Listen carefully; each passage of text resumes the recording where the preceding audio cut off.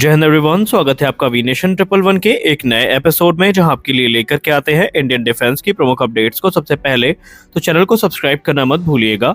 और आज के अपनी अपडेट की शुरुआत करने वाले हैं भारतीय वायुसेना के सुखोई 30 MKI फाइटर जेट्स को लेकर के आई एक बड़ी अपडेट से। जैसा कि हम सब जानते हैं कि भारतीय वायुसेना के सुखोई 30 MKI जेट्स की कैपेबिलिटी को पूरी तरीके से अपग्रेड करने की तैयारी चल रही है, और इसमें उनके एवियोनिक्स, रेडार और दूसरी चीजों को भी अपग्रेड किया जा रहा है। और कल के डिफेंस न्यूज के वीडियो में हमने आपको उसमें होने वाले जो इलेक्ट्रॉनिक वॉरफेयर स्वीट का अपग्रेडेशन प्रोग्राम है, इसको लेकर के एक अहम जानकारी सामने रखी। लेकिन अब रिपोर्ट में ये बताया जा रहा है कि भारतीय वायुसेना सुखोई 30 MKI के लिए जो एडिशनल इंजन्स हैं, इनको ऑर्डर करने वाली है। अगर हम कुछ मीडिया सोर्सेज की बात माने तो इंडियन एयरफोर्स इस समय तकरीबन 240 की संख्या में एडिशनल AL-31 FP इंजन जो है, इनको ऑर्डर प्लेस कर सकती है, जो कि सुखोई 30 MKI फाइटर जेट्स की फ्लीट के लिए होंगे। दरअसल जो पुराने इंजन हैं उनको रिप्लेस करने के उद्देश्य से और जो नए इंजन अपग्रेड प्रोग्राम है उसको ध्यान में रख करके ये इंजन खरीदे जा रहे हैं, जो कि सुखोई 30 में इस्तेमाल किए जाएंगे। अब बहुत सारे लोगों के प्रश्न ये होते हैं, क्या हमें यहाँ पर इंजन अपग्रेडेशन देखने को मिलेगा या फिर सेम इंजन इस्तेमाल किए जाएंगे? यानी कहने का मतलब ये है कि AL-31 के अलावा क्या AL-41 के कोई चांसेस हैं? तो फिलहाल नहीं है, क्योंकि गैस टर्बाइन रिसर्च एस्टेब्लिशमेंट मैदानी और दूसरी संस्थाएं मिल करके ऑलरेडी जो AL-31 FP इंजन है, इनकी कैपेबिलिटी को एनहांस करने में लगी हुई हैं। और एक अनुमान के हिसाब से अगर सब कुछ सही रहा तो जो ड्रॉबैक है या इश्यूज हैं, इनको इंडिजिनसली रिजॉल्व कर लिया जाएगा। इस पे हमें जो ओरिजिनल इक्विपमेंट मैन्युफैक्चरर हैं, इनके सहयोग की जरूरत नहीं पड़ेगी, क्योंकि उन्होंने ऑलरेडी अपने हाथ खड़े कर लिए हैं। और कई बार रूस के द्वारा भारत को जो अपग्रेडेड AL-41 इंजन है, उनका प्रस्ताव दिया गया है, लेकिन भारत ने हमेशा AL-31 को ही प्राथमिकता दी है और अब भारतीय वायुसेना की नज़र उनमें ही है। इसके अलावा रिपोर्ट्स में ये भी कहा जा रहा है कि इनके प्रोडक्शन को लेकर के जो तैयारियां हैं, ये भी बहुत जल्द शुरू करी जाएंगी। हमारे लिए बड़ी अपडेट आ रही है DRDO के सेंट्रल साइंटिफिक इंस्ट्रूमेंट ऑर्गेनाइजेशन यानी CSIO से, जहां पर उनके द्वारा एक रिक्वेस्ट इशू करी गई है। और इस रिक्वेस्ट में H सीरीज के जो हेड्स अप डिस्प्ले है, इनके खरीद की बात की गई है। ये जो हेड अप डिस्प्ले है, ये भारत के इंटरमीडिएट जेट ट्रेनर एयरक्राफ्ट में इस्तेमाल की जाएगी, क्योंकि हम सब जानते हैं कि इस समय जो इंटरमीडिएट जेट ट्रेनर है, ये अपने सर्टिफिकेशन के काफ़ी नज़दीक है। और हमने शायद कल की ही वीडियो में आपसे कहा था कि एक बार सर्टिफिकेशन पूरा होने के बाद तकरीबन 60 से 70 की संख्या में इनके ऑर्डर्स एक्सपेक्ट किए जा रहे हैं भारतीय वायुसेना के द्वारा।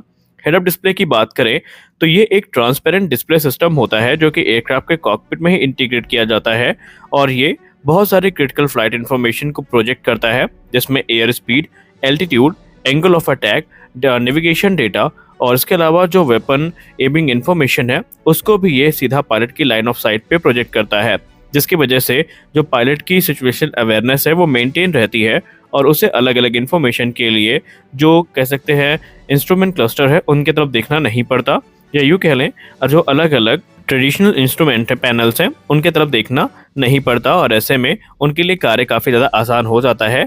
और ये और भी ज़्यादा बेनिफिशियल तब साबित होता है जब बात होती है पायलट्स के ट्रेनिंग के दौरान, क्योंकि ट्रेनिंग के दौरान जब वो अपने स्किल को काफ़ी परिपक्व कर रहे होते हैं, तो ऐसे में ये जो डिस्प्ले है, ये काफ़ी महत्वपूर्ण भूमिका निभाती है।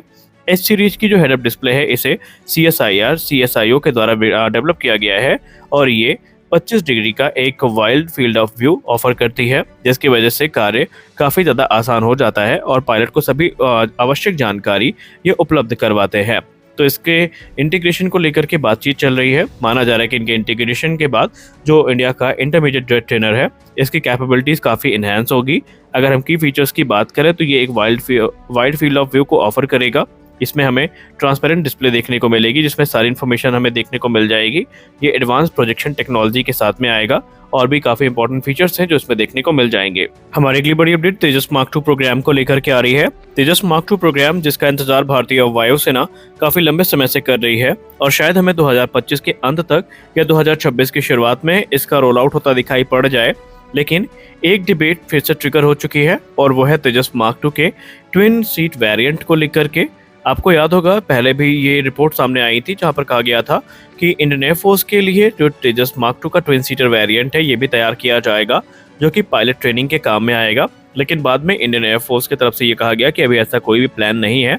लेकिन IDRW की रिपोर्ट में एक चीज़ सामने आई है, जहां पर उनको सोर्सेस के द्वारा पता चला है कि एरोनॉटिकल डेवलपमेंट एजेंसी का जो ऑफर है तेजस मार्क 2 के ट्विन सीटर वेरिएंट का, ये अभी भी खुला हुआ है। लेकिन ये इंडियन एयरफोर्स के ऊपर डिपेंड करेगा कि उन्हें ट्विन सीटर वेरिएंट चाहिए या नहीं, क्योंकि यहाँ पर आपको बता दें कि जो नए पायलट होंगे जो तेजस मार्क 2 को उड़ाएंगे, उन्हें इसके सिस्टम से फैमिलियर होने में थोड़ा टाइम लगेगा। हालांकि ये सारी चीज़ें सिमुलेटर के थ्रू वो प्राप्त कर लेंगे और उन्हें एक कॉम्प्रिहेंसिव ट्रेनिंग से गुजरना पड़ेगा, जिसकी वजह से तेजस मार्क 2 का शायद ट्विन सीटर वेरिएंट की ज़रूरत ना पड़े।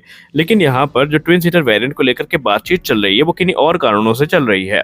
कहा जा रहा है कि पहले तो प्लान ये था कि तेजस मार्क 2 एयरक्राफ्ट को as a air superiority fighter विकसित करना था, लेकिन यह इलेक्ट्रॉनिक वॉरफेयर और ग्राउंड अटैक मिशन में भी इस्तेमाल किया जाएगा। और ऐसे में एक वेपन सिस्टम ऑफिसर को यहाँ पर बिठाना काफ़ी ज़्यादा एडवांटेजियस साबित होगा। और इसी कॉन्सेप्ट के साथ तेजस मार्क 2 का जो ट्विन सीटर वेरिएंट है भविष्य में देखने को मिल सकता है, क्योंकि जो वेपन सिस्टम ऑफिसर है उसकी सहायता से इलेक्ट्रॉनिक वॉरफेयर मिशन या फिर ग्राउंड अटैक मिशन और भी ज़्यादा इफेक्टिवली पूरे किए जा सकते हैं।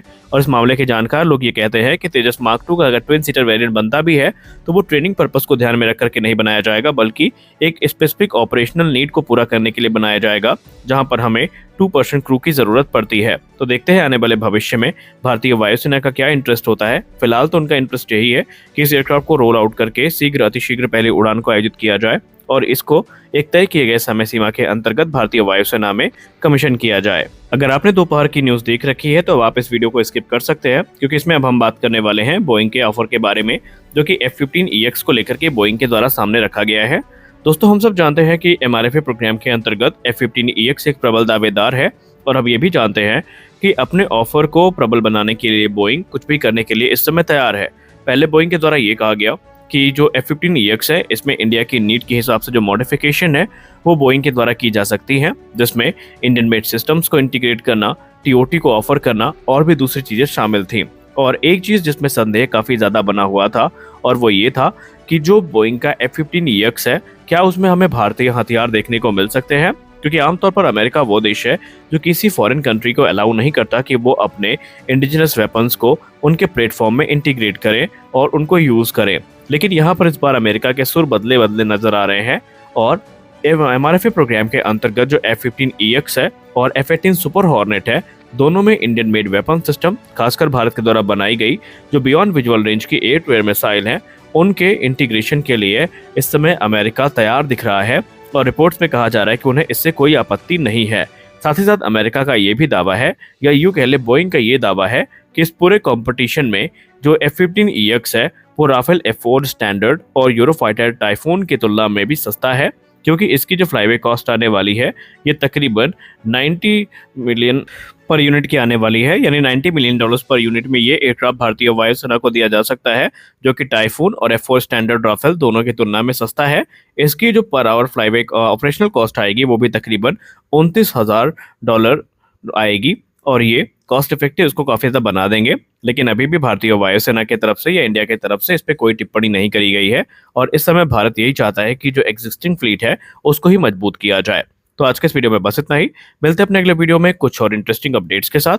आशा करते हैं ये वीडियो आपको अच्छी लगी होगी। वीडियो अच्छी लगी तो वीडियो को लाइक करिए, नए चैनल को सब्सक्राइब करिए। मिलते हैं अगले वीडियो में, तब तक के लिए जय हिंद।